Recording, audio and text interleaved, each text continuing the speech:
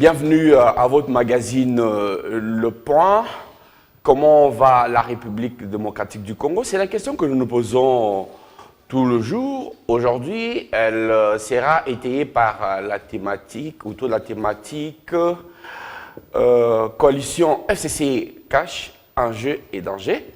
Nous recevons pour cela un invité, naturellement, Monsieur Antoine Boyamba, ancien ministre des Congolais de l'étranger et membre du PPRD. Merci d'avoir accepté notre invitation. Merci, c'est moi qui vous remercie. Alors, voilà, j'ai dit que vous avez été au gouvernement central, vous vous occupez de Congolais de l'étranger. Dites-nous, aujourd'hui, j'allais dire, ça fait presque 2 ou 3 gouvernements après, qu'est-ce que vous pensez qui puisse être gardé comme souvenir indélébile de votre passage à ce ministère? Bon, c'est difficile de se juger, hein. Je pense quand même qu'il y a une chose qu'on peut garder. C'est d'avoir recréé la confiance envers l'État d'une façon générale et aussi la paix. Avant que nous accédions à cette responsabilité, il y avait tout ce qu'on appelait Lumbe, moutakalisation, et ainsi de suite. Donc il y avait cette fracture-là entre les autorités et nos concitoyens de la diaspora. Et je pense que le temps que nous sommes passés par là, nous avons pu créer un climat de sérénité et il n'y a plus ce genre d'actes. Et je pense même que j'ai eu à sympathiser avec les compatriotes qui étaient ce qu'on appelle les combattants. La preuve, un certain nombre d'entre eux sont devenus des amis avec qui je parle presque tous les jours. Et certains sont même revenus ici au pays. Certains sont même revenus ici. Et qui sont dans des activités politiques. Et tout ça. Donc je mets ça quelque part à l'actif des actions que nous avons menées au gouvernement. Alors, mais à propos des Congolais de l'étranger, ils vivent un peu, j'allais dire, dans une sorte de déchirement entre le pays qui les a accueillis dans un environnement différent. Ils ont envie de revenir au pays, mais ils se rendent compte que le cadre de vie n'est peut-être pas porteur et que finalement rentrer au pays est contre-productif pour certains d'entre eux. Oui, je vous le concède, c'est très compliqué pour un certain nombre, parce que les premières difficultés que rencontre un Congolais à l'étranger, c'est dans la famille, quand on rentre ici. La famille tient absolument à sucer le peu que la personne rentre, parce que la famille a l'impression que la personne ayant vécu à l'étranger est certainement millionnaire, entre guillemets. Or, ce n'est pas forcément le cas. Surtout ceux qui sont allés pour études. Ils ont terminé là-bas, ils ont des qualifications, mais là-bas, je prends l'exemple de l'Inde. L'Inde n'accepte pas que des étudiants formés par eux restent sur place. Vous imaginez? Alors, quelqu'un qui était étudiant, il rentre au pays, il rentre avec combien d'argent? Donc, il cherche la réinsertion. Bon, on n'a pas eu le temps de finaliser tout ce que nous avions comme ambition de faire. Mais il fallait aussi on était sur le point de mettre en place un truc de réinsertion de ces compatriotes-là, au niveau du travail, au niveau des affaires, ainsi de suite. Bon, j'aurais bien aimé que ceux qui nous ont succédé aillent dans ce même sens, mais bon, je ne suis pas là pour les juger, mais je dis simplement ce que nous, on a créé et on voulait continuer. Bon, c'est là où on revient aussi dans ce qu'on appelle la continuité de l'État. Oui. Elle est très fragile chez nous. Elle est très fragile. Aujourd'hui, on voit il y a un nouveau président, mais je parle même au niveau, même si c'est les gens du même parti politique. Donc ce n'est même pas une affaire d'idéologie, c'est une affaire des hommes. C'est-à-dire tel homme qui parle, l'autre qui vient, il veut tout chambouler. C'est pour ça qu'on revient toujours au point zéro et ce qui n'est pas une bonne chose. Oui, on veut refaire le monde à chaque fois qu'il y a un nouveau gouvernement. Voilà.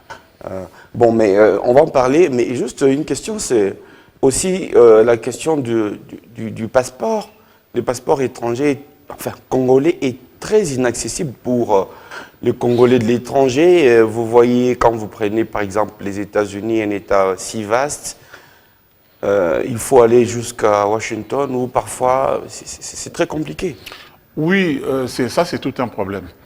Il y a aussi un problème de moyens. Oui.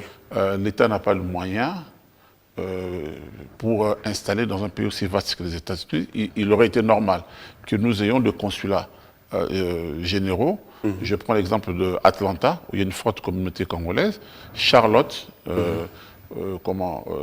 Las Vegas, non, Dallas plutôt, et Chicago, je cite que ceux-là, où on a des fortes communautés congolaises. Mais bon, il faut avoir les moyens, et on n'a pas, les moyens que nous n'avons pas.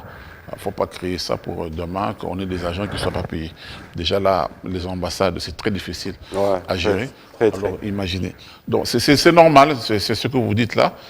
On y a pensé, et j'espère que quand le Congo aura les moyens de sa politique, dans un pays comme la France, ça serait normal qu'on ait 2 ou 3 consulats généraux à Marseille, à Lyon et à Bordeaux, par exemple, ou à Rennes. Oui, pourquoi pas. En Chine, je prends le cas de la Chine, je prends le cas de l'Inde, qui sont des pays vastes. Je prends le cas de l'Australie, où on a aussi une forte communauté congolaise. Donc, il y a des choses qu'on devrait faire, et j'espère qu'on le fera, pour faciliter la vie de ces compatriotes qui ont choisi de vivre à l'extérieur. Oui, justement. Mais aujourd'hui, vous dites quand le Congo aura l'argent, la passation civilisée du pouvoir, comme on dit, entre Joseph Kabila, chef d'État sortant, et Félix Antoine Tshisekedi, chef de l'État entrant, a été quand même un moment de beaucoup de promesses. On se rend aujourd'hui compte que 2 ans après, presque, l'État n'a pas d'argent pour financer notamment ses représentations diplomatiques à l'étranger. Oui, mais cela n'est pas dû au fait qu'on a changé de pouvoir ou bien il y a un nouveau pouvoir. Ce qu'on produit, on produit. Si on ne produit pas, on ne produit pas.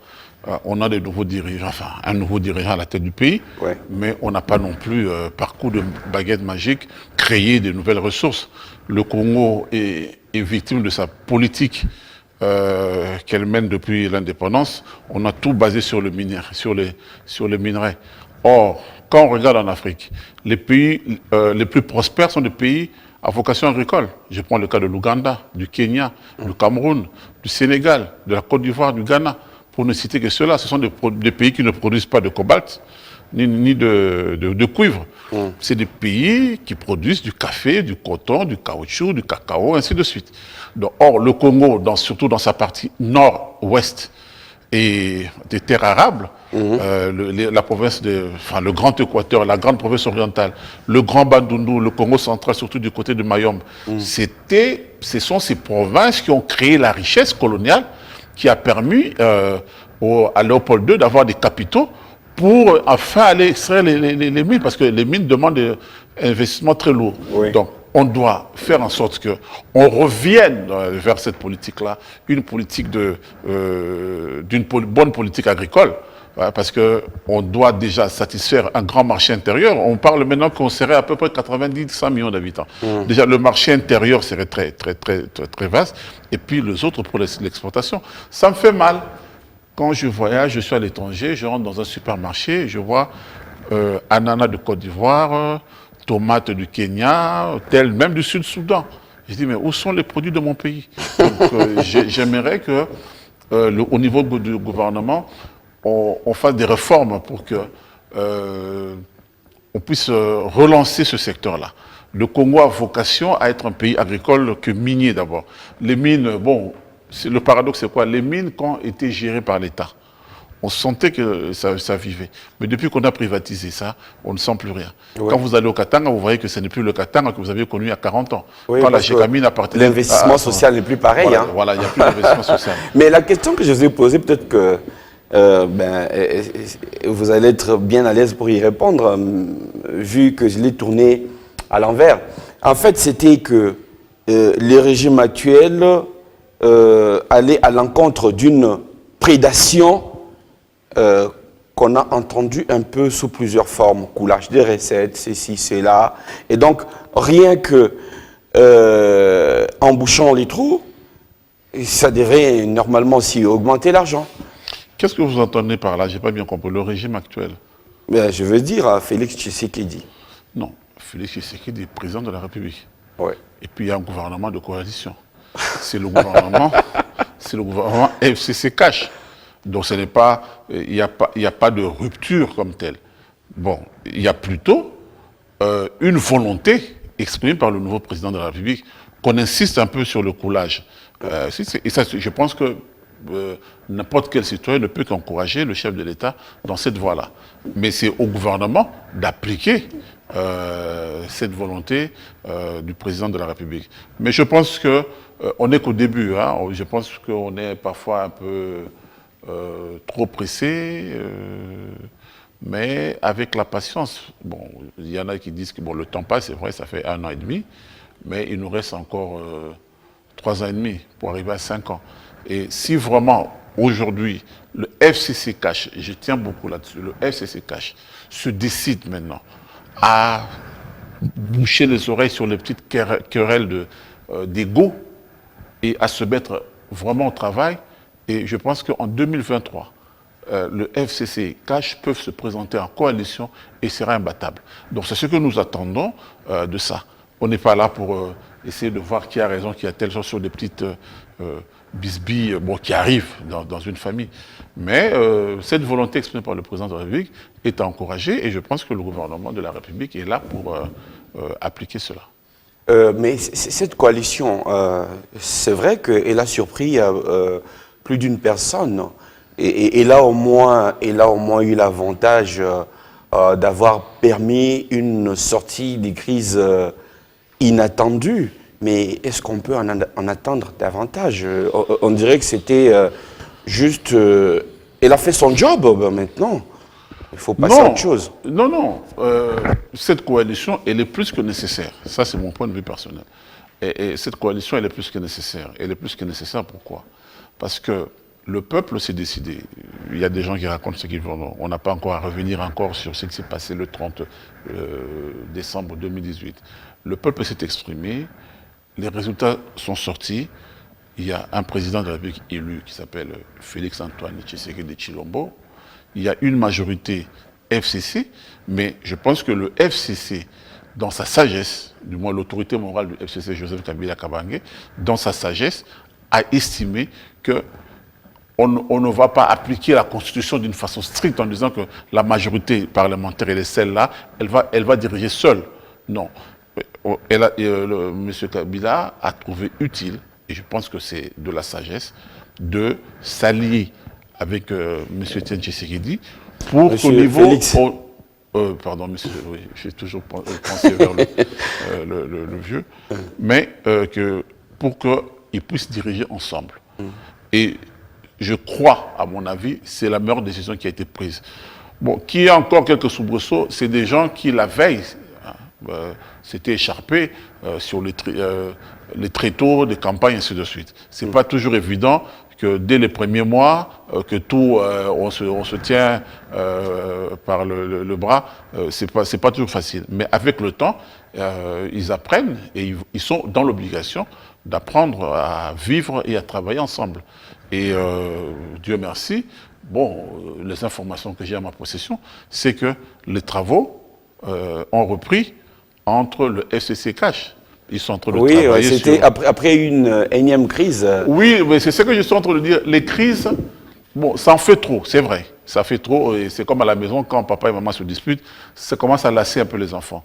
Mais ce n'est pas pour autant que vous allez demander aux parents de divorcer. Parce que si les parents divorcent... Mais c'est déjà dit. Mais est-ce que vous trouvez pas... Non, si les parents divorcent, vous ne connaissez pas votre sort, hein, vous, les enfants. Vous ne trouvez pas que, après cet accord miraculeux, après, le cash n'a pas beaucoup de marge de manœuvre, malgré qu'il soit en coalition. Parce que à chaque fois, on est dans un régime semi-parlementaire, non? Oui.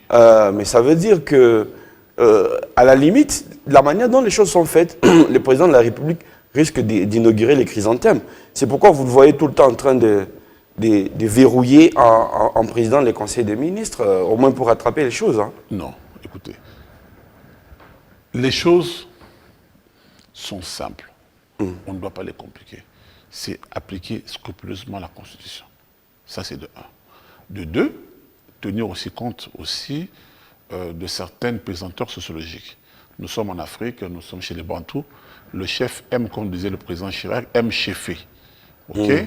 On a eu des chefs tout puissants ici, comme Mobutu Sese Seko, Laurent Désiré Kabila, qui avaient des pouvoirs exceptionnels. Oui, oui. Voilà, des parlements contre... Il avait même fonctionné sans la Constitution. Voilà, donc ils avaient des pouvoirs exceptionnels.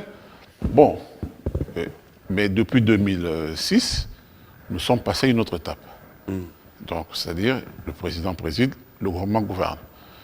Ne pensez pas que c'était toujours aussi facile pour le président Joseph Kabila que tout passait. Non. Il y a des fois aussi, il était obligé de négocier avec la majorité, qui était sienne, mais qui est composée des hommes et des femmes qui ont aussi leur avis sur un certain nombre de choses contraires à celui du président de la République. Oui. Il fallait négocier. Mais vous n'en disiez rien, vous les journalistes et les commentateurs politiques. Vous ne savez pas qu'il y avait des problèmes? Mais bien sûr. Alors il fallait rappeler tout le temps les gens à l'ordre. Bien sûr. Et maintenant, quand il y a des problèmes, vous voulez en faire un drame. Mais déjà, quand il y avait là, au sein du gouvernement, il y avait au sein du Parlement, il y avait des députés, PPRD et alliés, qui à l'époque c'était MP, et puis c'est devenu FCC. Il y avait aussi des négociations pour que le chef de l'État puisse avoir la signature sur telle chose. Ça ne se faisait pas comme ça en cliquant de doigts. Alors maintenant, les gens, ça devient visible parce que la majorité, elle est autre. Non. Et puis, je pourrais même dire que la majorité n'est même pas autre. Puisque quand on est dans une coalition, c'est une coalition, donc c'est une majorité, PPRD et tous les partis qui sont avec PPRD, plus l'UDPS, UNC et je pense que le parti de Kinké ou autre. Donc, c'est-à-dire, la majorité, elle est celle-là. Ce n'est pas majorité PPRD et alliés ou donc, FCC, non. La majorité, elle est majorité FCC cash. Donc, c'est-à-dire, c'est censé travailler ensemble. Oui, donc, mais ce n'est pas toujours le cas. Vous voyez, par exemple, la dernière marche initiée par l'UDPS qui avait mal digéré le fait que l'Assemblée nationale ait entériné les PV de confession religieuse. Donc, on n'a rien compris. On se dit, mais ce n'est pas plutôt des problèmes des foyers qui sont sortis dans la rue? Oui, mais ça, il y en aura toujours un peu. Vous pensez qu'au sein de l'UDPS, ils sont tous d'accord? Vous êtes sûr que la ligne Kaboul-Kabouya est acceptée par Jacquemain Chabani et d'autres, bon, les noms m'échappent. Paul Tshilombo. Voilà, Paul Tshilombo ou autre. Vous pensez que non, et vous pensez qu'au sein du PPRD, la ligne de Chadari est la même que la ligne de tel autre ou tel autre? Non, c'est des œuvres humaines. Et les êtres humains ont aussi la passion, ont des sentiments. Et chacun exprime ce qu'il a fait.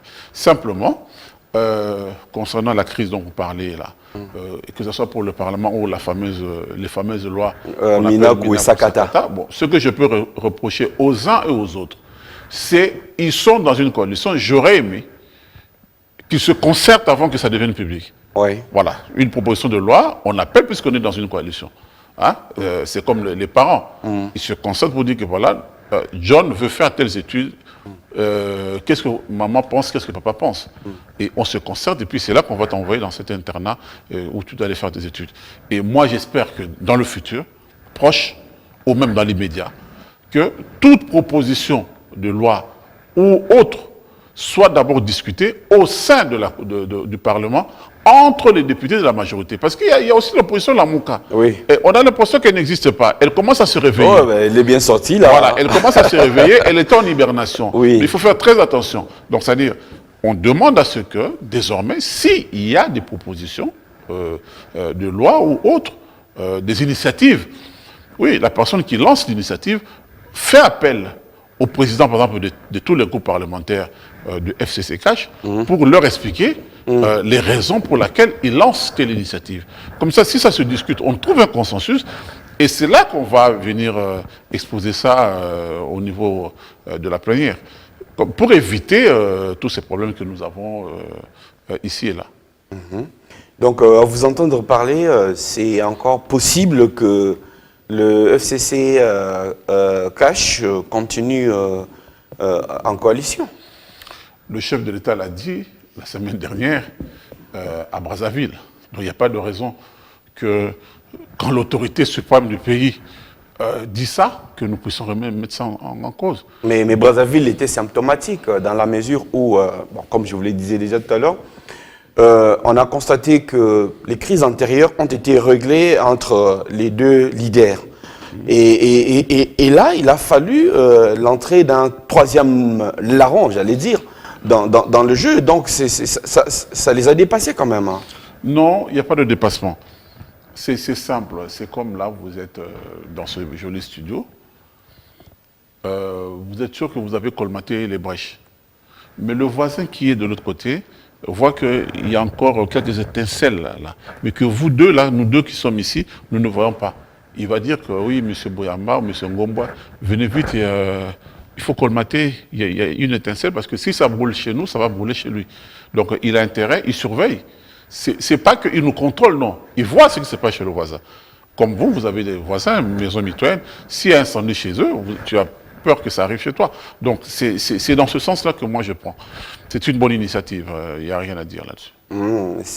Ça ne dénote pas de la rupture entre Félix Tshisekedi et... je ne pense pas qu'il y ait rupture. Vous savez, hein, le président Félix avait dit quelque chose en pleine campagne.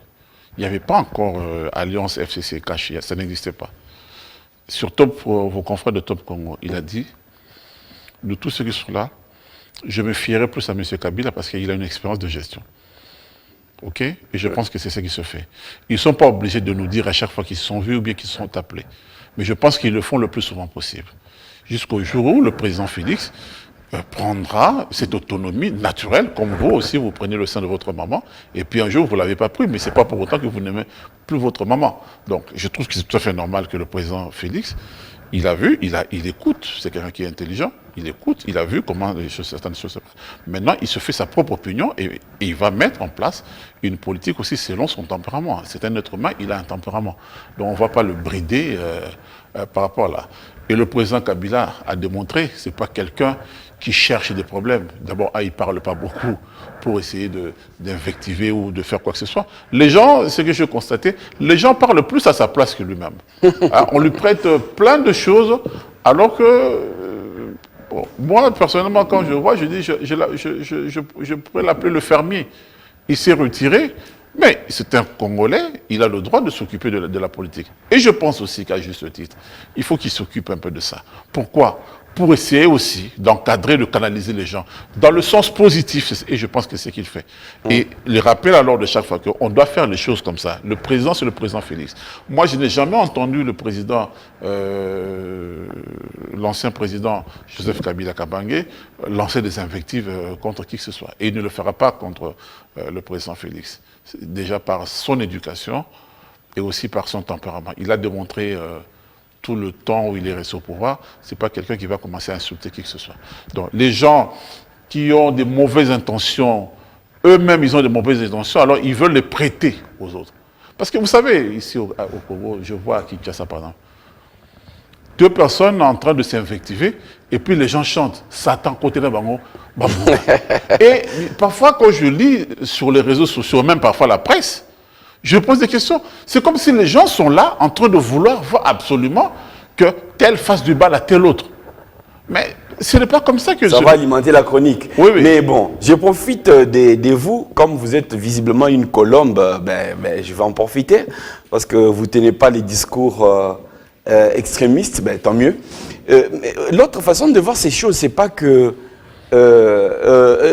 Cash s'est tiré une balle dans les pieds. On a vu tout ce qu'il y a eu comme affaire Cash. Argent, c'est ci, argent, c'est là. Les directeurs des cabinets aujourd'hui condamnés, ainsi de suite.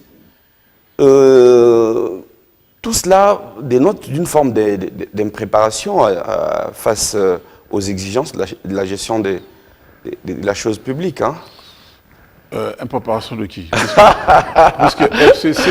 Vous n'êtes pas bien placé pour être avocat de Cash. Hein? Non, c'est pas avocat ou procureur. Je dis impréparation de qui? Je pense que ceux du FCC ont démontré qu'ils connaissent la chose publique. Mais même au niveau du Cash, M. Vital Kamere, ce n'est pas quelqu'un qui est né de la dernière pluie. Il a eu à occuper de hautes charges dans ce pays. Il a été ministre. Il a été secrétaire général du plus grand parti. Président de l'Assemblée nationale. Il a été président de l'Assemblée nationale. Ouais. Donc, c'est pas un enfant de première année primaire à qui les parents viennent d'amener à l'école. Bon, ce qui s'est passé au niveau de ce qu'on appelle l'affaire des 100 jours, bon, c'est malheureux. Bon, la justice s'est prononcée. Ils sont en appel. Bon, tant que l'appel, au niveau de l'appel, rien n'est prononcé, donc c'est-à-dire le jugement n'est pas définitif. Donc attendons l'appel, je pense que ça doit commencer le 24. Oui, le 24, Voilà, le 24 août. Dans 3 jours, 2 Ouais, jours. ou juillet plutôt. Oui, oui, ce Oui, mois-ci. 24 juillet, oui. Voilà, donc attendons voir ce que le procès en appel va donner pour porter un jugement définitif. Voilà, donc pour l'instant, en tant qu'homme politique, je ne m'avancerai pas à avoir un avis trempé quand l'affaire est encore au niveau de la justice. Mais ce n'est pas la seule, hein. Il y a beaucoup d'histoires d'argent dans la famille. Oui, mais il y a des histoires d'argent, il faut aller leur poser des questions. Moi, je ne suis pas dans le cash. Et puis, ces histoires d'argent se passent où? Au niveau de la présidence, c'est ça, non? Ouais. Bon, au niveau de la présidence, il n'y a que des gens de cash. Donc là, on ne va pas encore venir dire que FCC est en train de nous gêner. Le FCC n'y est pour rien dans ce qui se passe là-bas. Quand on voit certains collaborateurs manquer de respect, même si c'était devant un tribunal, à un supérieur, même s'il est en train d'être jugé, je trouve que ça dénote quand même que le climat n'est pas aussi florissant que ça au sein de cette famille politique-là. Donc, à eux aussi, si nous avons un conseil à donner, c'est que les gens apprennent à être modérés, hein, et à être dépassionnés. Les affaires d'État ne demandent pas de la passion, les affaires d'État demandent à ce que, comme on dit en lingala, mutema, ils ont la pio, ils ont la pinacé. Il ne faut pas mettre la passion. Mais je garde ferme espoir qu'on va dépasser tout ça. Vous savez, hein, c'est-à-dire, beaucoup n'ont jamais été dans les bureaux de l'État. OK? Bon, de loin, de dehors, ils pensaient que non, dès qu'on arrive, on aura tout. Or, ce n'est pas aussi facile que ça. Alors, c'est comme quand vous êtes en train de regarder deux personnes en train de jouer au jeu de dames. Alors, en tant que spectateur, vous dites, oui, il fallait qu'il joue là, il fallait qu'il fasse ceci. Mais une fois que vous-même, vous êtes devant le damier, c'est là où vous allez vous rendre compte que vous n'êtes pas aussi bon que ça. Et là, je garde encore, je répète, l'espoir que si... Parce qu'on ne peut pas continuer comme ça 1 année et demie, il faut quand même un renouvellement des équipes. Ouais. Et voilà. Au niveau même de la présidence de la République, si je peux me permettre, renouveler, prendre des gens qui sont un peu mieux formés. Il y en a. Même dans l'UDPS, dans le UNCO, dans d'autres partis alliés qui sont de la... Si absolument que ce soit que eux entre eux. Et il y a aussi beaucoup de Congolais qui ne sont pas politiques et qui sont capables de faire des prouesses si on leur mettait devant certaines responsabilités. Et je pense que le président de la République ne doit pas se priver de toutes ces personnes. La matière grise, il y en a dans ce pays, dans notre Congo.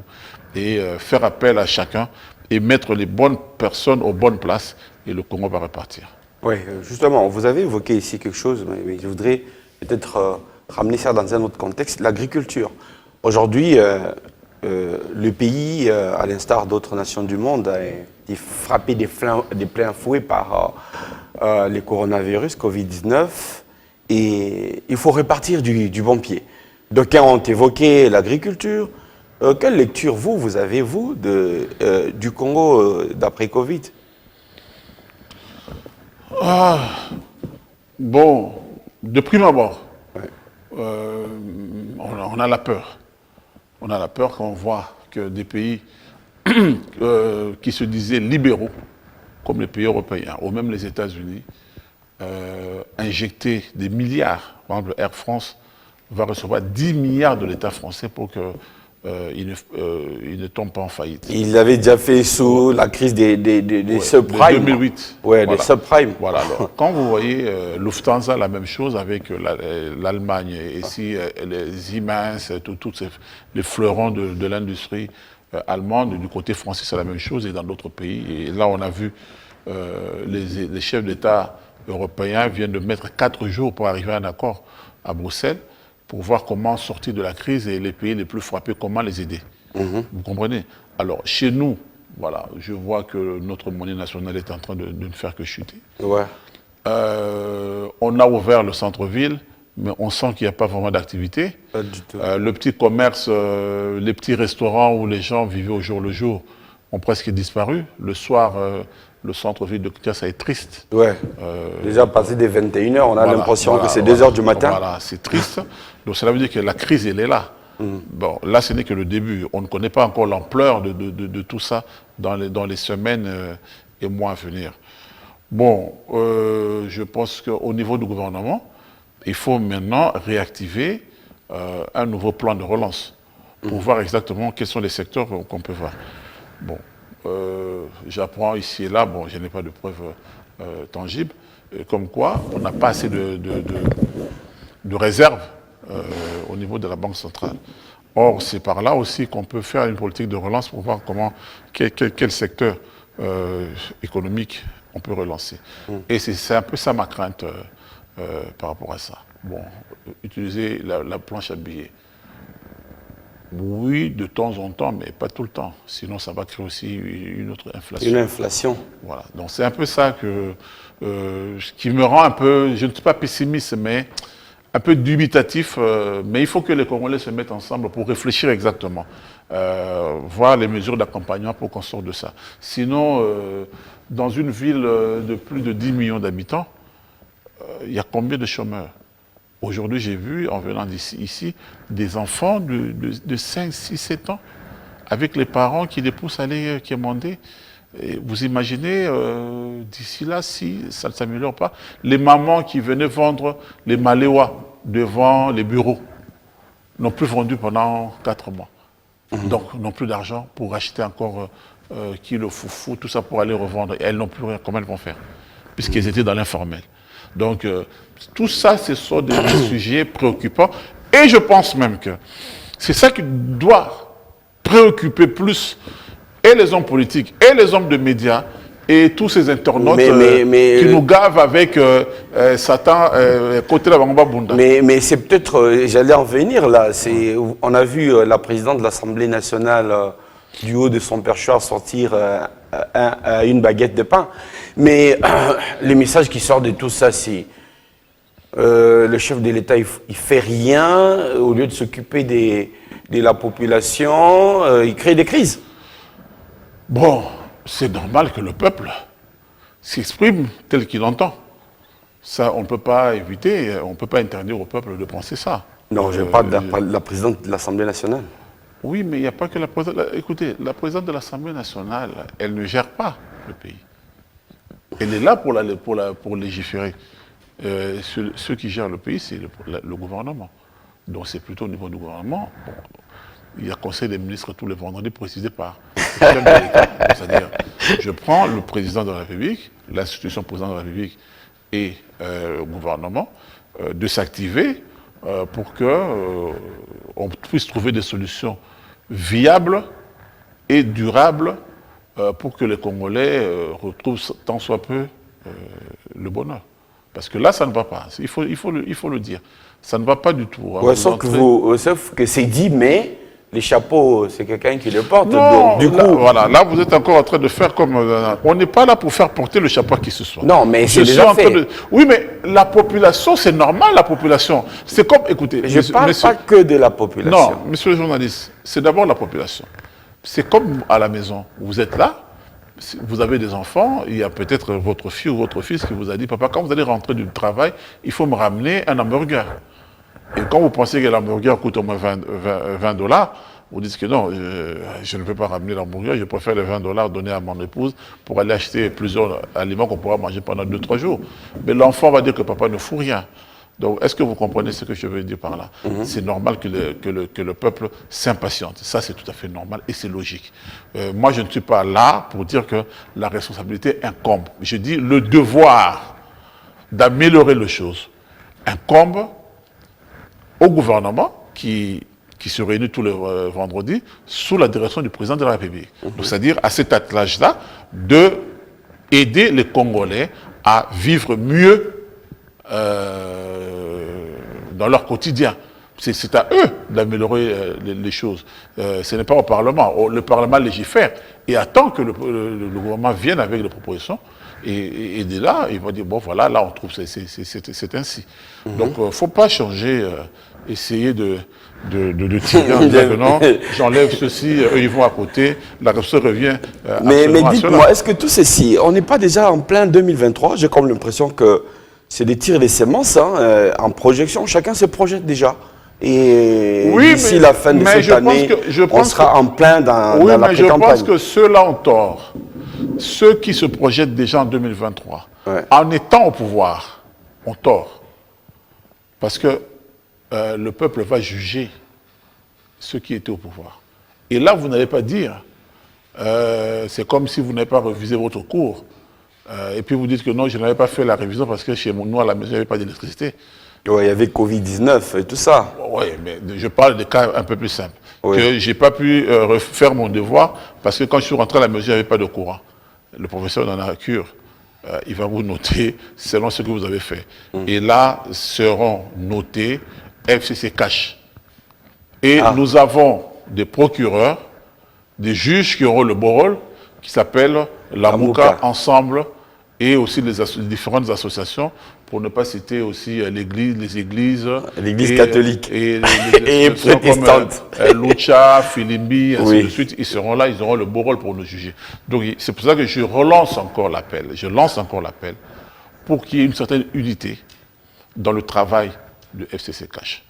On n'a pas d'autre voie, c'est cette voie-là que nous devons suivre. Il est temps qu'on fasse le sursaut par rapport à ça. Alors, ce sursaut, c'est une forme de sublimation de l'acteur politique congolais. Mais celui que vous pratiquez, l'acteur politique, pensez-vous que aujourd'hui il soit capable de cet effort, parfois qui peut même aller à l'encontre de ses intérêts immédiats? Lesquels intérêts immédiats? Intérêts immédiats, je parle des... Individuels?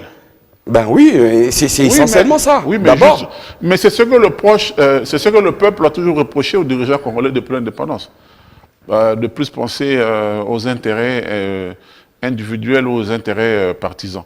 Non, on doit tous maintenant se mettre d'accord pour qu'on pense à l'intérêt supérieur de tous les Congolais, quelles que soient leurs origines, leur province, leur tribu, ainsi de suite.